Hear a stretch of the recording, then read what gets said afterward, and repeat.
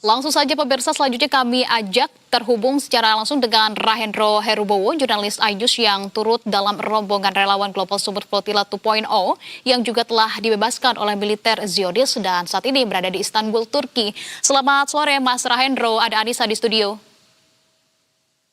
Selamat siang waktu Turki, Anissa. Baik, Mas Rahendro, ini sebetulnya tentu kabar duka dan juga kabar senang begitu ya, karena aktivis saat ini sudah kembali diperbolehkan pulang, sudah dibebaskan begitu. Namun saya ingin memastikan terlebih dahulu kondisi Anda bersama dengan rekan-rekan saat ini sampai dengan sore hari ini waktu Indonesia seperti apa di sana? Ya baik, alhamdulillah sampai dengan siang ini kami dalam kondisi baik, meskipun saya pribadi masih menjalani beberapa pemeriksaan ya. Tadi malam saya kembali ke rumah sakit untuk memeriksa bagian dalam karena saya ada merasakan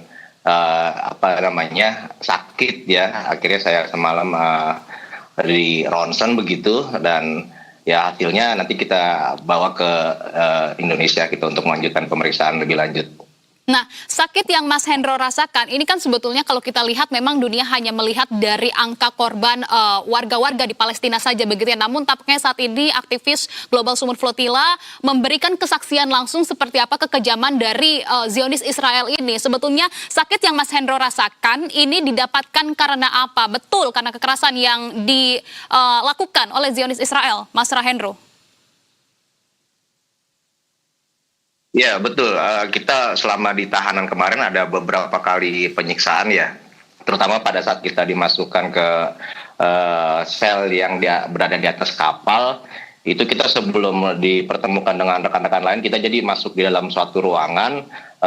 Di situ kita sedikit bukan sedikit sih ya, banyak yang dipukuli, bahkan saya sempat disetrum juga beberapa kali. Sampai akhirnya kita dipertemukan dengan rekan-rekan lain yang sudah berada di dalam tahanan di atas kapal itu, begitu. Jadi Mas Rahendro, kita bilang begitu ya bahwa penyiksaan ini dilakukan oleh Zionis Israel di lokasi-lokasi yang berbeda, bahkan di kapal sekalipun pada saat penangkapan, kemudian juga di lokasi tahanan, itu juga terjadi tindakan kekerasan itu?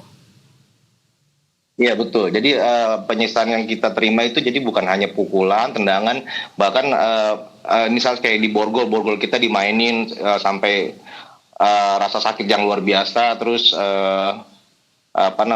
ya kita kadang dipukuli juga di situ, dan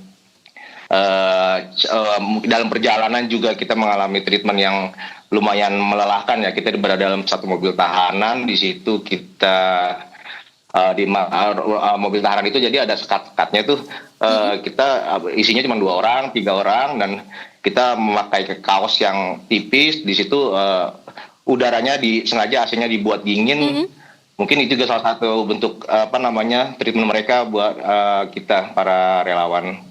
Itu treatment yang mereka lakukan, tindakan penyiksaan yang mereka lakukan sebetulnya yang Anda dapatkan informasinya, tanggapan dari mereka ketika mengetahui adanya sejumlah aktivis yang akan melakukan perjalanan ini pada saat penangkapan, apa informasi yang Anda dapatkan?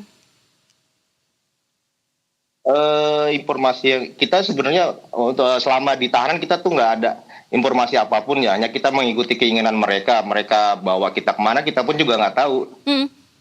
Begitu, iya, kita kita akan dibawa kemana, kita akan dibawa kemana, kita hanya mengikuti terus keinginan mereka gitu. Ya. Tapi adakah kemudian statement dari para militer Israel ini dengan kedatangan para aktivis begitu, mereka menyatakan bahwa ini merupakan tindakan teroris atau seperti apa misalnya? Ada, sempat itu waktu di salah satu pemeriksaan mereka menganggap kita melanggar teritori batas wilayah yang dikuasai Israel. Padahal kita tahu semua bahwa di perairan internasional itu kan milik bersama ya. Jadi siapapun bisa lewat situ, apalagi jalur laut internasional Mediterania. Jadi bagi saya sih Israel tidak berhak ya menguasai wilayah tersebut. Ya, oke baik. Nah, lantas dengan terjadinya kejadian ini begitu ya, kami ingin mengetahui juga sebetulnya apakah kemudian ada rasa trauma juga kah yang Anda alami pasca kejadian, atau mungkin karena adanya kejadian ini malah semakin menguatkan Anda dan juga rekan-rekan begitu untuk kemudian membantu dan meneruskan perjuangan warga Palestina ke Gaza begitu untuk melewati blokade yang mereka alami saat ini? Ya, tentu saja pengalaman ini tidak menyurutkan semangat kami untuk membela rakyat Gaza. Mm-mm. Terlebih lagi dengan kejadian ini, kita semua jadi tahu bahwa genosida masih terjadi di Gaza. Mm-mm. Rakyat Gaza tidak bisa mendapatkan bantuan yang layak. Sulit sekali untuk menembus lokasi tersebut. Begitu. Kita tidak ingin begitu ya kejadian ini terulang kembali. Kita ketahui Ya. bahwa ini bukan pertama kalinya. Tapi apa kemudian langkah selanjutnya yang akan dilakukan ketika nanti kembali ke Indonesia? Masih akan terus melakukan dalam waktu dekat ada perjalanan lagi, Mas Hendro? Kami masih menunggu kabar berikutnya ya dari Global Peace Convoy Indonesia dan tentu saja yang berkoordinasi dengan Global Sumut Flotilla.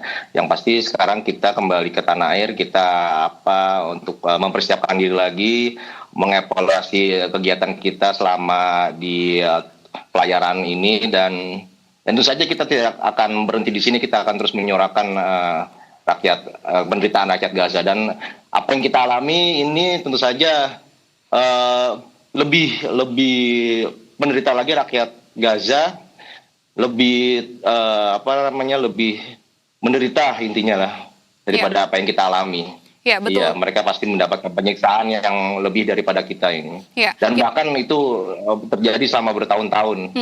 Oke, kita melihat begitu ya bahwa ini gambaran kecil yang dirasakan oleh rakyat Gaza Palestina. Iya, betul. Kami masih akan terus mengawal jalannya kasus ini dan juga perjalanan perjuangan dari Global Sumut Flotilla. Terima kasih sudah membagikan kisahnya relawan yang sudah bergabung dalam aksi kemanusiaan Global Sumut Flotilla, Mas Rahendro Herubowo. Salam sehat selalu Mas Hendro. Selamat kembali ke Indonesia Mas Hendro, sampai dengan selamat nanti.